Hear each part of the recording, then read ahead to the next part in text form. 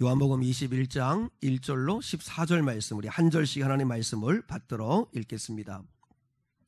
그 후에 예수께서 디베랴 호수에서 또 제 아들에게 자기를 나타내셨으니 나타내신 일은 이러하니라. 시몬 베드로와 디두모라 하는 도마와 갈릴리 가나 사람 나다나엘과 세베대의 아들들과 또 다른 제자 둘이 함께 있더니 시몬 베드로가 나는 물고기 잡으러 가노라 하니 그들이 우리도 함께 가겠다 하고 나가서 배에 올랐으나 그날 밤에 아무것도 잡지 못하였더니 날이 새어갈 때에 예수께서 바닷가에 서셨으나 제자들이 예수이신 줄 알지 못하는지라. 예수께서 이르시되 얘들아 너희에게 고기가 있느냐 대답하되 없나이다. 이르시되 그물을 배 오른편에 던지라 그리하면 잡으리라 하시니 이에 던졌더니 물고기가 많아 그물을 들 수 없더라. 예수께서 사랑하시는 그 제자가 베드로에게 이르되 주님이시라 하니 시몬 베드로가 벗고 있다가 주님이라 하는 말을 듣고 겉옷을 두른 후에 바다로 뛰어내리더라. 다른 제자들은 육지에서 거리가 불과 한 50칸쯤 되므로 작은 배를 타고 물고기 든 그물을 끌고 와서 육지에 올라보니 숯불이 있는데 그 위에 생선이 놓였고 떡도 있더라. 예수께서 이르시되 지금 잡은 생선을 좀 가져오라 하시니 시몬 베드로가 올라가서 그물을 육지에 끌어올리니 가득히 찬 큰 물고기가 153마리라. 이같이 많으나 그물이 찢어지지 아니하였더라. 예수께서 이르시되 와서 조반을 먹으라 하시니 제 아들이 주님이신 줄 아는 거로 당신이 누구냐 감히 묻는 자가 없더라. 예수께서 가셔서 떡을 가져다가 그들에게 주시고 생선도 그와 같이 하시니라. 이것은 예수께서 죽은 자 가운데서 살아나신 후에 세 번째로 제 아들에게 나타나신 것이라. 아멘. 아멘. 예수님께로 가는 길 말씀이면 충분하다라고 하는 제목 가지고 오늘 하나님 말씀을 함께 나누기 원합니다. 베드로라고 하는 한 사람을 통해서 그가 그리스도의 제자가 되어지는 과정을 우리가 함께 묵상하면서 말씀을 나누고 있습니다. 요한복음은 20장 31절로 끝이 납니다. 한번 여러분 보시겠습니까? 요한복음 20장 31절, 우리가 읽으신 말씀 바로 앞장 마지막 절, 요한복음 20장 31절 이렇게 말씀하고 있죠. 같이 한번 읽습니다. 시작. 오직 이것을 기록함은 너희로 예수께서 하나님의 아들 그리스도이심을 믿게 하려 함이요 또 너희로 믿고 그 이름을 힘입어 생명을 얻게 하려 함이니라. 오직 이것을 기록함은 할 때 이것은 요한복음이겠죠. 근데 좀 더 넓은 의미로는 성경 66권을 말합니다. 성경 66권을 기록한 이유는 좀 더 축소하면 요한복음을 기록함은 믿게 하기 위함이다. 첫 번째는 예수께서 하나님의 아들 그리스도이심을 믿게 하려 합니다. 그러니까 우리가 성경은 믿음의 책입니다. 무엇을 믿느냐면 예수가 나의 구원자이시다. 예수가 나의 삶의 참된 주인이시다. 그분은 하나님의 아들이시다 라고 하는 사실을 믿게 하기 위하여 성경을 기록했고 요한복음을 기록했고 또 그 예수를 너희가 믿으면 그 이름을 힘입어 뭐를 얻게 하려 함이라? 생명을 얻게 하려 함이라. 생명을 얻게 하려 함이라. 여기서 생명은 조에라고 하는 것입니다. 헬라어는 단어를 아주 세분하게 쪼갭니다. 우리나라 말은 사랑은 그냥 사랑인데 헬라어는 사랑도 4가지 단어가 있듯이 생명도 2가지 단어가 있습니다. 하나는 비오스라고 하는 단어입니다. 비오스는 바이오라고 하는 말이 거기서 왔는데 그러니까 생물학적인 생명, 이 육신의 생명을 말하는 거고 오늘 본문에서 말하는 생명, 이 생명은 조에입니다. 조에라고 하는 말은 하나님이 가지고 있는 생명, 영생을 말합니다. 영생, 영원히 살게 하는 생명. 그러니까 요한복음과 넓은 의미로 66권의 성경을 기록한 이유는 예수 믿게 하려고 그 예수를 믿는 자마다 영생을 얻게 하기 위해서 성경을 기록했다. 이렇게 해서 성경은 요한복음은 끝이 나는 것입니다. 그런데 왜 사도 요한은 하나님의 감동하심을 받아서 요한복음 20장 31절로 끝내놓고서 21장을 추가했는가? 오직 한 사람 때문입니다. 넘어지고 실수하고 그리고 하나님을 배신하고 아직 회복되지 않은 베드로, 그 한 사람을 위해서 요한복음 21장을 추가해 놓았습니다. 기록해 놓았습니다. 여러분, 요한복음 21장에서 오늘 우리 예수님이, 부활하신 예수님이 베드로를 찾아오십니다. 물론 베드로와 함께 있던 6명의 제자들도 있었지만 대표로 베드로를 주님이 찾아오십니다. 한번 여러분 이렇게 한번 따라하겠습니다. 예수님은 항상 먼저 오십니다. 하나님도 우리를 먼저 찾아오셨습니다. 아담과 하와가 범죄하고 숨었을 때도 하나님이 찾아오셨습니다. 예수님도 먼저 찾아오셨습니다. 그리고 성령님도 먼저 찾아오시고, 항상 하나님은 먼저 찾아오시는 하나님이세요. 오늘 부활하신 예수님도 베드로를 찾아오시죠. 저는 예전에 부흥사 목사님들이 이렇게 구원의 진리, 복음의 진리를 설명하실 때 재밌는 예화 가지고 설명해 준 적이 있는데, 그것들이 기억이 나는 게 몇 가지가 있는데, 하나는 벌과 꽃 이야기입니다. 벌과 꽃 이야기. 혹시 들어보신 분이 계실지 모르겠는데 한번 우리 사랑하는 성도님들이 한번 대답해 보실래요? 벌이 꽃을 찾아간 걸까요? 꽃이 벌을 찾아간 걸까요? 예, 벌이 꽃을 날개짓을 하고 그래서 벌이 꽃을 찾아간 거죠. 그러니까 이렇게 육안으로 보면 꽃이 적극적으로, 벌이 적극적으로 꽃을 찾아간 것 같죠. 그러나 실제로는 꽃이 향기로 먼저 찾아갔습니다. 벌은 향기를 맡고 그 향기를 따라 그 꽃을 찾아오는 것입니다. 무엇을 얘기했냐면, 부흥사 목사님들이 이 이야기를 하면서 내가 교회에 온 것 같고, 내가 예수님을 영접해야지, 내가 오늘 마음을 열어야지, 오늘 좋다, 인심 쓰겠다, 내가 오늘 헌신해야지 해서 하는 게 아니고, 하나님이 보이지 않는 손길로 수많은 사람들의 손길과 은혜로 감동해 주시고 향기를 발해 주셔서 우리 벌이 날개짓을 해서 꽃을 찾아간 것 같지만, 그러나 실제로는 하나님이 먼저 우리에게 찾아오셨다. 구원 하나만도 그렇습니다. 예수님이, 하나님이 우리가 죄인이었을 때, 알지도 못할 때, 요구하지도 않았을 때, 살려달라고 말하지도 않았을 때 하나님은 이미 구원의 고속도로를 활짝 열어놓으셨습니다. 그리고 수고하고 무거운 짐진 자마다 다 내게로 오라. 내가 결단하는 것 같지만 그러나 그것도 믿음도 하나님이 주시고 감동해 주셔서 우리가 이렇게 믿게 하신 겁니다. 그러므로 기억해야 합니다. 주님이 오시는 것입니다. 주님이 오셔서 우리를 변화시키시고 믿음도 주시고 소망도 주시고 사랑도 주셔서 우리가 살게 한다는 사실을 믿을 수 있기를 축원합니다. 오늘 말씀 그대로입니다. 그래서 부활하신 예수님이 세 번째로 베드로를 찾아오셨습니다. 어디였죠? 1절에 보니까 디베랴 바다입니다. 디베랴 바다. 1절에 디베랴 바다라고 되어 있습니까? 디베랴 호수. 디베랴 바다라고도 하고 디베랴 호수라고도 하는데, 디베랴라고 하는 것은 갈릴리 바다를 이야기합니다. 그럼 갈릴리 바다는 어디에 있을까요? 갈릴리 지방에 있습니다. 갈릴리 도시에. 예수님이 십자가에서 돌아가신 건 예루살렘에서 돌아가셨죠. 그런데 예수님은 마태복음 26장에서 이렇게 말씀하셨어요. 내가 부활하고 난 다음에 나는 갈릴리로 갈 거다. 그리고 막달라 마리아가 부활하신 예수님을 제일 먼저 만난 여인이었어요. 그러니까 막달라 마리아가 부활하신 예수님을 만났을 때 예수님이 하나 당부를 하세요.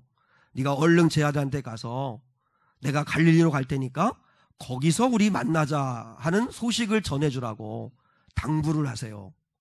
그래서 제자들이 지금 갈릴리 바다에 온 거예요. 갈릴리에 왔는데, 그런데 베드로가 뭐라고 그래요? 예수님이 만나자 하는 이야기는 까마득히 잊어버리고 예수님을 찾을 수도 없고 하니까 뭐라고 이야기했냐면, 나는 물고기 잡으러 가노라 그럽니다. 물고기 잡으러 가겠다고 합니다. 옛날로 돌아가는 거죠. 옛날로. 3년 전에 물고기 잡는 어부였던 베드로를 내가 사람을 위해서 물고기를 잡고 사람을 섬기는 꿈을 주고 주님이 그를 부르셨는데, 근데 3년 만에 도로 물고기 잡으러 가노라. 허탈한 마음 가지고 할 줄 아는 건 그거밖에 없으니까 옛날로 돌아가겠다는 거죠. 그러니까 나머지 6명의 제자들도 우르르 따라갑니다. 왜냐하면 다 그들이 어부 출신들이거든요. 그러니까 물고기를 잡으러 갑니다. 보면 믿음은요, 우리가 쓰지 않으면 그러면 금방 과거로 돌아갑니다. 여러분, 가만히 있으면 믿음이 그 상태인 것 같죠? 절대 그렇지 않습니다. 믿음은 후퇴하게 되어 있습니다. 믿음은 떨어지게 되어 있습니다. 마치 스마트폰을 이렇게 쓰지 않아도 시간이 지나면 방전이 되는 것처럼 우리 믿음도 가만히 두면 방전됩니다. 그러니까 방법은 계속 충전하는 수밖에 없습니다. 믿음, 기도 생활하고 예배 드리고 경건 생활하면서 계속 충전해야 그래야 우리 믿음이 자라는데, 근데 보면 믿음이 자라서 변화되는 건 너무 더디고 옛날로 돌아가는 건 순식간이에요. 오늘 베드로가 순식간에 옛날로 돌아가요. 그때 주님이 찾아오셔서 말씀하십니다. 오늘은 예수님이 오늘 요한복음 21장 1절로 14절에서 4가지의 말씀을 하세요. 그 말씀으로 베드로를 일으키시는데, 첫 번째 말씀이 무엇이냐면, 한번 따겠습니다. 얘들아 너희에게 고기가 있느냐. 이게 첫 번째 말씀입니다. 얘들아 너희에게 고기가 있느냐. 대답이 뭐죠? 대답이 뭐죠? 없나이다. 없나이다. 없나이다라는 이 의미는 텅 비었습니다. 헛됩니다. 아무것도 남지 않았습니다. 라고 하는 의미입니다. 예수님이 밤새도록 땀 흘리고 최선을 다하고 열심히 살았던 제자들, 그들에게 찾아오셔서 얘들아 너희에게 고기가 있느냐 물었을 때 없나이다. 없나이다. 이 말씀의 의미를 오늘 잘 되새길 수 있으면 좋겠다 생각합니다. 여러분, 주님이 없는 사람들의 삶의 끝은 무슨 고백인지 아십니까? 없나이다. 아무것도 없나이다. 그렇게 열심히 살고 평생을 정말 최선을 다해 살고 아침 일찍 일어나고 늦게 누우며 수구에 떡을 먹고 열심히 살아도 주님 없이 열심히 산 삶의 결국은 없나이다 합니다. 없나이다. 우리 성도들에게 한번 여쭤보겠습니다. 우리 성도님들은 행복하십니까?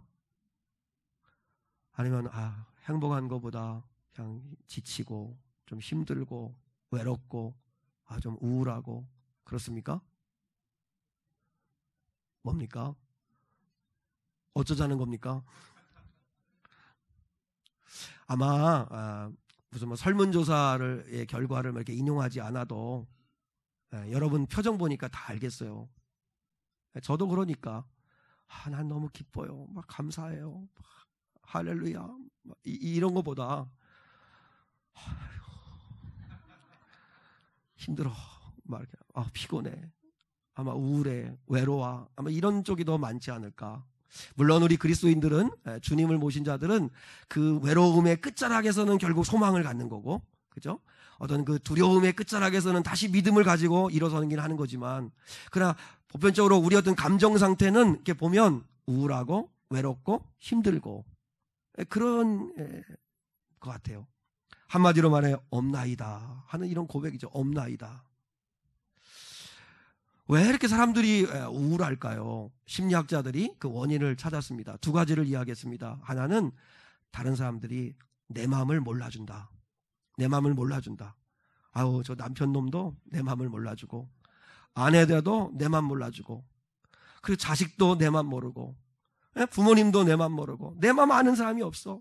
그래서 외롭다요. 그래서 우울하다. 내 마음 알아주는 사람이 없다.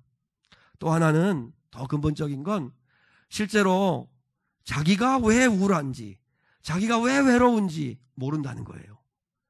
이유를 몰라서 외롭다는 거예요. 모른다는 거예요. 왜 그렇지? 아니면 그래도 그냥 먹고 살만하고 뭐 걱정거리도 있겠지만 그래도 뭐 큰 걱정 없고 자녀들도 건강에 잘 크고 있고 한데 나는 왜 이렇게 마음이 기쁘지 않지? 왜 행복하지 않지? 왜 좀 외롭지? 자기도 모르니까 그래서 더 외롭다. 그건 심리학자들의 진단입니다. 우리가 심리학자들이 말이 정답이라고 여길 필요는 없습니다. 우리의 정답은 성경이죠. 성경은 뭐라고 합니까? 왜 우리가 불행하고 왜 외롭고 왜 우울하고 왜 힘든 걸까요? 성경은 말합니다. 원죄 때문이라고, 죄 때문이라고 그렇게 이야기합니다. 죄 때문이다. 그러니까 하나님 없는 삶을 살기 때문이라는 거죠. 전도서 3장 11절에 이렇게 말씀합니다. 하나님이 모든 것을 지으시되 때를 따라 아름답게 지으셨고, 그 다음에 말씀이 중요해요. 또 한번 더 하겠습니다. 사람들에게는 영원을 사모하는 마음을 주셨느니라. 참 중요한 말씀이에요. 전도서 3장 11절에 하나님이 천지만물을 지으셨는데 때를 따라, 목적에 따라 너무 아름답게 지으셨다는 거예요. 그 가운데 특별히 사람들에게는 영원을 사모하는 마음을 주셨느니라. 영원은 뭐예요? 영원. 우리 하나님을 사모하는 마음, 그리스도를 사모하는 마음. 여러분, 돈이 우리의 마음을 채우는 게 아니라는 거죠. 왜냐하면 돈은 있다가도 없어지고 영원히 영원한 게 아니잖아요. 영원한 것을 사모하는 마음을 사람들의 마음에 주셨어요. 하나님을 사모하는 마음을 사람들의 마음에 넣으셔서 하나님이 아니고는, 주님이 아니고는 채워지지 않는 마음이 있다는 거예요. 그래서 외로운 거라는 거예요. 그래서 공허하다는 거예요. 그렇게 많은 것을 가지고 철 따라 입을 옷이 있고, 그리고 배부르게 먹을 수 있는 음식이 있음에도 불구하고 왜 이렇게 외롭지? 재미없지? 왜 허무하지? 왜 우울하지? 바로 영혼을 사모하는 마음을 하나님이 주셔서 그 하나님으로 채워야 되는데 하나님으로 채움받지 않았기 때문이라는 거죠. 죄가 어디서부터 시작돼요? 하나님을 떠나는 데서부터 죄가 시작돼요. 왜 걱정, 근심, 불안, 두려움, 염려가 있으세요? 하나님이 안 믿어지니까. 마음의 평안이 왜 없으세요? 하나님이 안 계시니까. 하나님이 내 안에 계셔서 정말 나와 함께 하시면, 그러면 나는 소유의 넉넉함이 아니라 주님으로 인하여 마음의 평안을 누릴 수 있는데 그렇지가 않으니까. 왜 낙심되고 절망스러워요? 왜 재미가 없고 기쁨이 없어요? 그게 죄니까요. 미워하고 시기하고 질투하고 살아가요. 속고 속여요. 진실하지가 않아요. 늘 싸우고 갈라서요. 불안하고 두려워요. 왜요? 죄 때문에. 하나님이 없는 마음이 죄의 마음이니까. 믿음이 없으니까 두렵고, 믿음이 없으니까 밉고, 주님에 대한 사랑이 느껴지지 않으니까 외롭고. 결국은 성경은 여러분 주님이 없는 것이라는 거죠. 오늘 주님이 물으세요. 너희들이 밤새 수고하였는데 잡은 것이 있느냐? 고기가 있느냐? 그들의 고백은 뭐예요? 물론 돈을 많이 벌 수도 있고 우리 세상 살아가면서 명예를 얻을 수 있을지 모르겠지만, 그러나 그것 자체가 행복을 주는 게 아닌 거거든요. 그러니까 우리의 고백은 뭐예요? 없나이다, 없나이다. 방법은 뭐예요? 주님을 모시는 길밖에 없어요. 죄를 씻음받고, 그리고 두려움을 이기고, 근심을 이기고, 미움을 극복하고, 시기 질투함을 이겨낼 수 있는 길은 내 인생의 주인을 주님으로 모셔야만 한다는 것입니다. 영혼을 사모하는 마음을 우리에게 안에 주셨기 때문에 주님으로만 채울 수 있는 우리의 마음이 있다는 거죠. 이 노래를 아시는 분들은 연식이 좀 되신 분들이에요. 내 인생은 나의 것, 내 인생은 나의 것, 그냥 나에게 맡겨주세요. 한 번 더. 내 인생은 나의 것, 내 인생은 나의 것, 나는 모든 것 책임질 수 있어요. 이 노래 아시는 분들은 연식이 되신 분들이에요. 민혜경 씨의 내 인생은 나의 것이라는 거죠. 좀 들어보셨죠, 젊은이들도. 예. 또 연식 안 됐을까봐 또 됐을까봐 또 모른다고 하는데, 여러분 이게 요즘 우리 주한이 주영이가 우리한테 하는 노래예요. 내 인생은 나의 것, 내 인생은 나의 것, 내가 책임질 수 있어요. 맡겨만 주세요. 간섭하지 말아주세요. 뭘 몰라서 그렇죠. 근데 하나님께 우리가 이렇게 하고 있다는 거죠. 하나님께. 내 인생은 내 거니까 신경 쓰지 마세요. 내가 알아서 해요. 내가 책임질 수 있어요. 여러분이 정말 책임질 수 있어요? 정말 책임질 수 있어요? 이거 정말 별로 노래가 좋은, 곡은 좋을지 모르겠지만 가사는 아닌 것 같아요. 나에게 그냥 맡겨주세요. 신경 쓰지 말고 나에게 맡겨주세요. 부모님은 나를 꼭두가시처럼 온실의 화초처럼 키우셨지요. 그래서 행복하셨나요? 어디 되들어. 그런데 아무튼 그러면서 내 인생은 나이고 그냥 나에게 맡겨주세요. 내가 모든 걸 책임질 수 있어요. 뭘 몰라서 그렇죠. 우리가 하나님 앞에 이렇게 살아요. 그래서 결과가 뭐예요? 없나이다예요. 없나이다. 여러분, 하나님 없이 그렇게 평생을 성실하게 최선 다해 살았지만 그 하나님이 없는 삶의 마지막은 없나이다입니다. 심판입니다. 요한복음 15장 5절에서 예수님이 이렇게 말씀했어요. 너희가 나를 떠나서는 아무것도 할 수 없습니다. 주님이 말씀했어요. 내게 붙어 있으라고. 내게 딱 붙어 있으라고. 나를 떠나서는 너희가 아무것도 할 수 없느니라. 진정한 행복은 주님을 떠나서는 얻을 수 없다는 것입니다. 그래서 오늘 첫 번째 말씀을 기억합니다. 너희에게 고기가 있느냐? 주님 없나이다. 그러므로 주님으로부터 채우셔야 합니다. 주님 오셔야 합니다. 주님 내게 오셔서 내 삶을 다스려 주시옵소서. 주님 모실 수 있는 은혜가 있기를 축복합니다. 두 번째 말씀입니다. 그물을 배 오른편에 던지라. 시작. 그리하면 잡으리라. 한번 생각해 보세요. 사방팔방을 다 던져보지 않았겠어요? 밤새도록 아마 이 잡듯이 아마 그 일대를 다 금을 던지면서 고기를 잡으려고 했을 거예요. 근데 잡은 게 없어요. 근데 주님이 오셔서 그물을 배 오른편에 던지라 이렇게 말씀하세요. 한번 여쭤볼게요. 오른편에도 수없이 던져봤겠죠. 근데 주님이 오셔서 배 오른편에 던지라 할 말이 많겠죠. 배 오른편에 던지라 하는 말씀이 뭘까요? 네가 던지고 싶어하는 왼편을 포기하고 내 말대로 오른편에 던지라, 순종해보라 하는 말씀이에요. 우리는 내 생각이 있어요. 내 경험이 있어요. 던져봤어요. 해봤어요. 근데 안 돼요.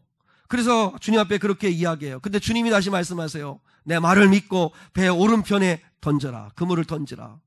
그리하면 잡으리라. 그리하면 잡으리라. 여러분, 우리가 하나님이 우리가 원하시는 게 뭔지 아세요? 순종이에요. 순종. 근데 순종은 믿음이 없으면 절대 할 수가 없어요. 안 믿어지는데 어떻게 순종을 해요? 안 믿어지는데. 주님은 믿느냐 이거. 네가 믿느냐. 네가 다 해봤지. 오른편에도 수없이 던져봤겠지. 그러나 내 말을 믿고 순종해 보겠냐 라고 물으시는 거죠. 나만 장군이 북왕국 이스라엘에 찾아왔습니다. 엘리야 선지자가 나와보지도 않고 이야기합니다. 자기는 절실한 마음 가지고 병 고쳐보려고 찾아왔는데 요단강에 가서 7번 씻으라. 너무 기분 나빴어요. 코빼기도 안 보이고. 자기가 와가지고 이 환부에 손을 얹고 안수기도 해줘야 된다고 생각했는데 근데 요단강에 가서 7번 목욕을 하라고 하니 너무 기분이 나쁜 거예요. 아람에는 요단강보다 더 좋은 강이 있다. 기분 나쁘다. 가자. 그렇게 이야기할 때 그의 고백이 뭐예요? 내 생각에는 그가 나와가지고 환부에 손을 얹고 기도해줘야 되는데 이게 뭐냐? 기분 나쁘다. 가자. 그때 좋은 측근 부하가 있었죠. 여러분, 남편이 이렇게 흥분하면 아내가 잘 믿음으로 이렇게 다독거려주는 거, 그게 필요하죠. 그 좋은 동역자가 있었어요. 여기 순종하려고 온 거 아닙니까? 순종하려고. 무슨 요구를 하든 무슨 말을 하든 순종하려고 여기 온 거 아닙니까? 그러니까 나만 장군이 깨닫죠. 그래서 순종해서 치유를 받습니다. 하나님의 영광을 보고 하나님의 기적을 보는, 기적을 봐야 되는데 그것을 가로막는 가장 주된 원인이 뭔지 아세요? 내 생각입니다. 내 생각. 내 생각은 안 될 것 같은데, 내 생각은 아닌데, 내 생각은 왼편이 맞을 것 같은데, 내 생각엔 좀 더 깊은 데로 가야 되는 것 같은데, 근데 주님이 오른편에 던지라 하면 그 오른편에 던질 수 있는 순종, 그걸 통해 하나님의 영광을 본다는 것입니다. 주님이 원하시는 건 여러분 순종하기를 원하시겠어요. 순종하기를. 말씀이 그렇다 하면 그런 줄 알고 믿는 것입니다. 우리가 구원의 확신을 가져야 된다고 이야기하는데, 당신은 구원 받았습니까? 예, 구원 받았죠. 어떻게 합니까? 저는요, 찬송할 때 눈물이 막 나요. 찬양할 때 막 눈물이 왈칵 쏟아지면 그럼 구원받은 증거입니까? 그렇지 않습니다. 감정의 상태에 따라서 구원받은 게 아니에요. 오늘 찬양이 왠지 잘 되네. 오늘 찬양은 좀 막 피를 좀 받네. 그런다고 여러분 내가 구원받은 증거입니까? 아닙니다. 감정의 상태로 아니면 체험했습니다. 내가 방언을 한다. 물론 그것도 간접적인 증거는 될 수 있겠지만 그러나 직접적으로 구원받은 거 아닙니다. 왜냐하면 천사의 말을 하고 1만 마디 방언을 할지라도 사랑이 없으면 아무것도 아니라고 말씀하시기 때문에 그런 어떤 체험도 아닙니다. 내가 구원받은 확신은 주의 말씀이 믿어지느냐는 것입니다. 주의 말씀이 믿어지냐. 로마서 10장 10절 사람이 마음으로 믿어 의에 이르고 입으로 시인하여 구원에 이르느니라. 우리 안에 믿음이 있는 증거가 있습니다. 너희가 예수를 주라 시인하느냐? 그러면 그건 네 안에 믿음이 있는 거다. 성령이 있는 거다. 하나님을 내가 부족하고 연약한 믿음이지만 하나님을 아버지라고 진실되게 믿고 부르느냐? 그러면 네 안에 믿음이 있는 거다. 주님이 기뻐하신 일을 좀 하고 싶고 전도도 하고 싶고 영혼 구원하고 싶고 자꾸 말씀에 순종하고 싶으세요? 그러면 여러분 안에 믿음이 있는 것입니다. 죄를 지었어요. 불순종했어요. 하나님의 뜻에 순종하지 않았어요. 왠지 마음이 부담스러워요. 갈등이 자꾸 생겨요. 힘들어요. 죄를 지었는데 괴로우세요? 여러분 안에 성령이 계시고 믿음이 계신 증거입니다. 우리는 무엇로 확인해야 되냐면 말씀으로 확인하는 겁니다. 말씀으로. 만 가지 축복의 약속이 성경에 있어요.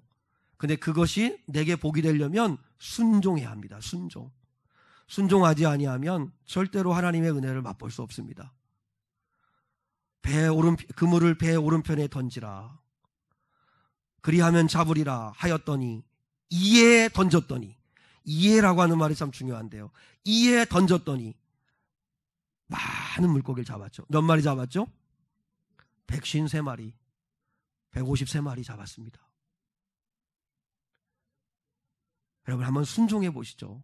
순종. 내 생각을 좀 십자가에 못 박으시고 그리고 주의 말씀에 한번 순종해 보시죠. 세 번째 말씀. 지금 잡은 생선을 좀 가져오라. 시작. 네. 정신 차리셔야 돼요. 네. 하면 바로 우리 해봤잖아요. 지금 1, 2번, 2번. 세 번째 하면 바로 나와야지. 돼요. 네. 지금 잡은 생선을 좀 가져오라. 한번 묵상해 보시죠. 주님이 가져오라 요구하세요. 요구하세요. 내가 금을 던져가지고 물론 주님이 말씀을 하셨지만 내가 땀 흘리고 내가 수고해서 내가 잡은 건데 근데 주님이 당당하게 가져오라 가져오라 요구하세요. 왜 그렇죠? 왜 이 말씀을 하시죠? 주님이 주셨다는 걸 네가 인정하느냐는 거죠.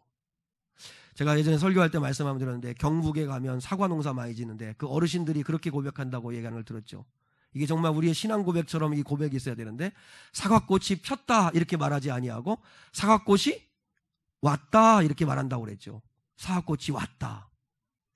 그 말에는 무슨 말이 있는 거예요? 사과꽃을 보내주는 자가 있다는 거죠. 보내주는 신이 있다는 거죠. 이걸 우리 신앙으로 말하면 하나님이시죠. 하나님. 하나님이 주셔서 받은 거죠. 하나님이 주셔서 받은 거. 이렇게 정말 믿어지세요? 정말 믿어지세요? 이게 믿어지는 은혜가 있기를 축복합니다. 내가 열심히 잡아가지고 내가 수고해서 내가 잡았는데 왜 달라고 하십니까? 이렇게 생각하신다면 아직 여러분은 믿음이 없으신 건데 정말 주님이 주셔서 받았다. 정말 주님이 주셨다.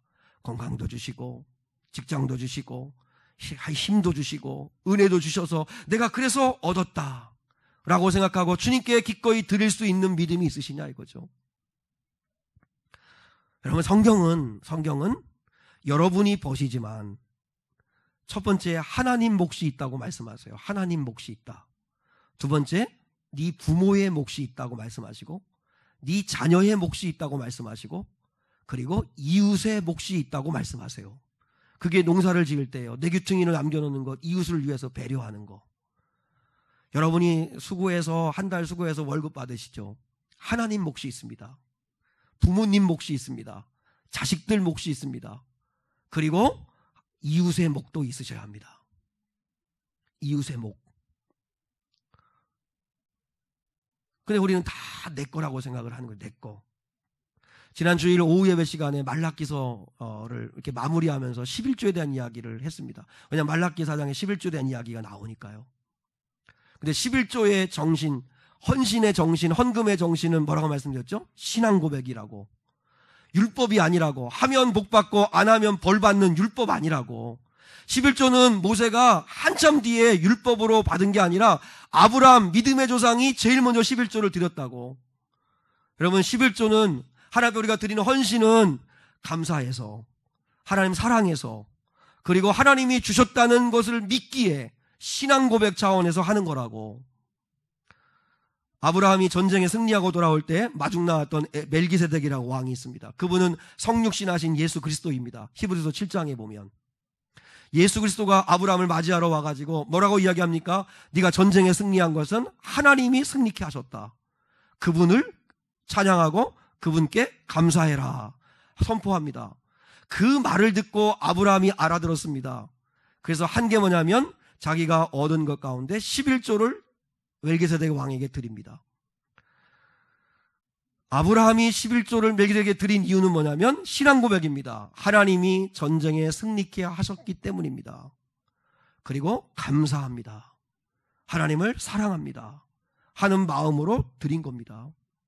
여러분이 주일 예배를 드리시고 교사를 하시고 차양단을 하시고 봉사를 하시고 헌금을 하시고 하는 모든 것의 그 가장 기초는 뭔지 아십니까?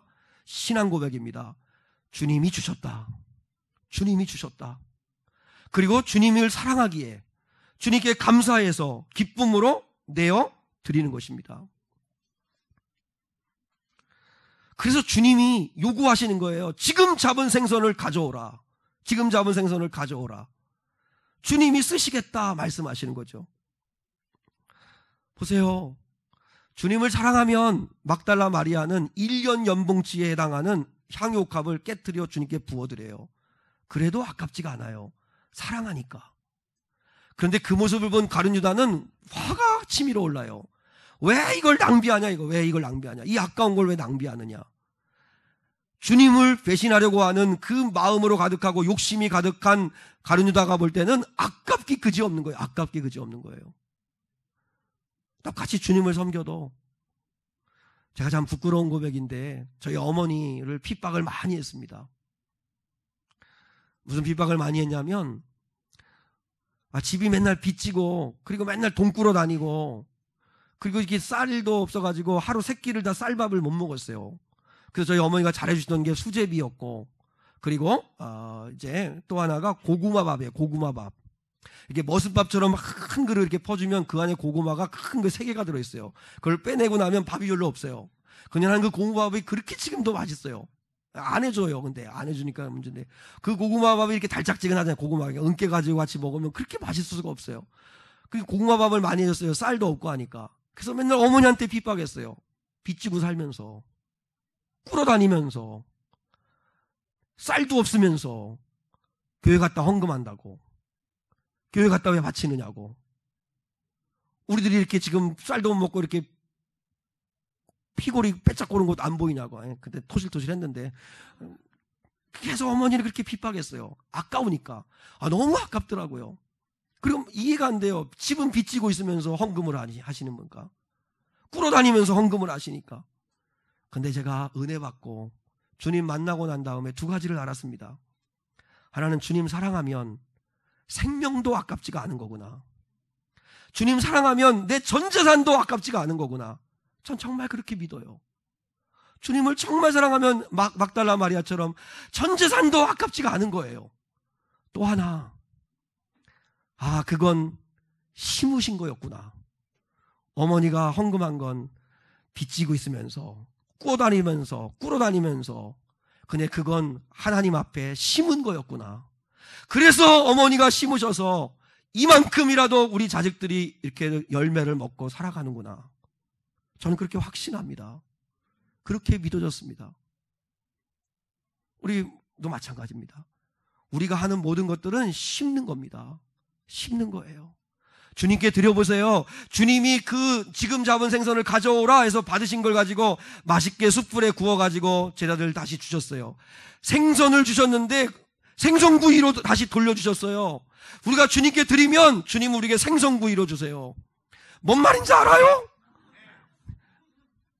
주님이 자기가 취하지 않으세요. 오히려 더 좋은 걸 주신다고요. 더 좋은 걸. 근데 지금 잡은 생선을 가져오라. 내가 뼈 빠지게 벌었는데 왜 주님이 달라고 해? 난 못 주겠는데? 그러지 마세요. 주님께 드리면 심는 거예요. 그러면 주님이 거두게 하세요. 이런 은혜가 있기를 주님의 이름으로 축복합니다. 마지막 하나 따라하겠습니다. 와서 조반을 먹으라. 와서 조반을 먹으라 말씀하십니다. 예수님이 바닷가에서 불을 피우셨습니다. 여러분, 숯불을 만들려면 아시죠? 장작을 미리 떼가지고 그래서 숯불을 만들어야 되는 거. 활날 타는 빨간 숯불 만들려면 불을 이미 떼야 되죠. 주님이 불 피우셨어요. 왜 그럴까요? 제 아들이 추울까봐. 그리고 왜 그 숯불 위에다가 떡과 고기를 구우셨을까요? 그리고 지금 신선도 100%인 지금 잡은 생선을 좀 가져와라. 떡을 구워가지고 먹이실까요? 배고프니까. 밤새도록 그 바닷가에서 그 물길 위에서 그렇게 그물질을 했는데도 잡은 게 없으니 얼마나 배고프고 허무하고 허탈하고 힘들었을까요? 주님이 아셨죠. 그래서 불 피워놓으시고 아침 준비해 놓으시고 하시는 말씀, 와서 아침 먹어라. 베드로는 이 말씀에 깨지기 시작했다고 생각합니다. 와서 조반을 먹으라 하는 이 말씀이 어마어마한 사랑입니다. 할 말 많지요. 베드로가 너 3번이나 나를 부인했어. 겟세마네에서 기도해달라고 했더니 기도도 안 하고 쿨쿨 잠잤어. 다 주를 버릴지라도 나는 당신을 따르겠다고 했더니 도망가 버렸어. 모른다고 3번 나를 부인했어. 그리고 갈리에서 만나자고 했더니 고기 잡으러 가? 내 약속은 그냥 버려버리고 이렇게 돼? 얼마나 주님을 많이 실망시켜요. 그럼에도 불구하고 주님은 여전히 와서 아침을 먹어라. 배고프니까, 추우니까. 그게 주님의 사랑이에요. 우리를 향한 사랑이세요. 여러분, 숯불을 피워놓고 아침을 먹으라고 하시는 이 말씀은 3가지 의미가 있어요. 주님은 우리의 필요를 아신다는 거예요. 주님이 우리에게 뭐가 필요한지 아세요. 육신적으로 필요한 것뿐만 아니라 영적으로 미래적으로 우리에게 뭐가 필요한지 아세요. 누구한테 구해야 돼요? 주님께 구하셔야 돼요. 우리 자식에게 있어야 할 게 뭔지 우리는 몰라요. 주님이 아세요. 그래서 주님께 구하는 거예요. 우리는 이게 좋은 것 같아서 구하지만 주님 보시기에는 아닐 수 있기 때문에 미래를 아시는 주님께 구하는 거예요. 그분이 필요를 아세요. 그리고 그분은 채워줄 수 있는 능력이 있으세요. 제가 우리 주한이 주영이를 사랑합니다. 너무나 사랑하는데 저는 능력이 없습니다. 이 아이들이 해달라는 대로 해줄 수가 없습니다. 가끔 제대하고 방학 때 맞아서 어떤 아이들은 뭐 해외여행을 갔다, 자기 친구들은 뭐 어딜 갔다, 이번에 또 기숙사가 안 돼가지고 방을 얻었다. 그런데 저는 그런 걸 해줄 능력이 안 됩니다. 미안하죠. 능력이 안 됩니다. 제가 성도들을 사랑합니다. 믿으시죠? 표정은 글쎄 이런 것 같은데. 근데 성도들이 힘들고 문제 생기면 해결해 주셨으면 좋겠고 갚아주시면 좋겠고, 근데 나는 능력이 없어요. 그러니까 하나님 앞에 할 수 있는 건 기도밖에 없어요. 우리가 할 수 있는 건 능력이 없어요. 우리는요. 사랑하시죠, 자식들. 사랑하시죠, 교회를. 근데 우리 능력이 없어요. 그러니까 주님께 은혜 구하는 거예요. 은혜. 그리고 그분은 채워주고 싶어 하시는 사랑이 있으세요. 사랑. 여러분, 필요를 아시고 채울 수 있는 능력이 있으시고 채워주고 싶어 하시는 뜨거운 사랑이 있으시다고요. 그분은. 그러니까 그분께 구해야죠. 그게 와서 조반을 먹으라는 의미예요. 깨지고 상하고 아직 거듭나지도 아니했던 베드로, 주님 약속은 저버리고 물고기 잡으러 갔던 베드로, 그랬던 베드로에게 찾아와서 아침 먹어, 아침 와서 먹어. 그게 주님의 사랑이죠. 말씀의 결론을 제가 하나의 예와 이야기하고 마치려고 하는데, 연탄길이라고 하는 책이 있습니다. 여러분, 이런 좋은 책들 한번 좀 읽어보시죠. 이철환 작가가, 기독교 작가가 쓴 연탄길 1, 2, 3이 있는데, 혹시 없으시면 제게 오시면 제가 돈 받고 빌려드릴게요. 네. 네. 이런 건 좀 읽어보시면 이 가을에 가을이래 가을, 겨울에 얼마나 좋을지 몰라요. 또 그분이 쓴 제가 예수 믿으면 행복해질까라는 그런 책. 그분은 참 고민을 많이 하시면서 책을 쓰시는 분인데, 근데 힘들고 아픈데 소망이 있는 책들이에요. 글들이에요. 너무너무 좋더라고요. 근데 그분이 쓴 책 가운데 하나가 눈물은 힘이 세다라고 하는 책이 있는데, 거기서 자기 대학교 시절 때 얘기를 하는 게 나와요. 대학교 입학을 하고 난 다음에 입학식 다음 날 지도교수가 자기 연구실로 부르더래요. 근데 이제 교수님이 부르니까 갔는데, 교수님이 그러시더래요. 자네 꼴찌로 입학한 걸 아는가? 정말 창피하더래요. 자기가 지금 공부를 잘하지는 못했지만 꼴찌로 들어올 줄은 몰랐대요.